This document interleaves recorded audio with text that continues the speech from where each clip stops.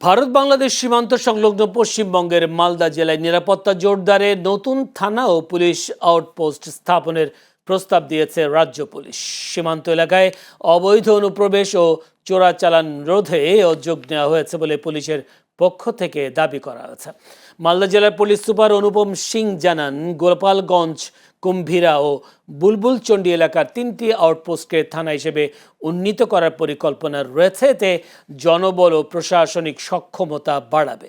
পাশাপাশি হবিবপুরের জাজিল ও বামনগোলার জগদ্দল্লায় নতুন 2টি আউটপোস্ট এবং ইংরেজ বাজারের লুকোচুরি আউটপোস্টকে নতুন আউটপোস্ট হিসেবে উন্নীত করার প্রস্তাব দেওয়া হয়েছে। রাজ্য সরকারকে দেওয়া এই প্রস্তাব সীমান্ত নিরাপত্তা আরও শক্তিশালী করবে বলে আশা করছেন পুলিশ প্রশাসন।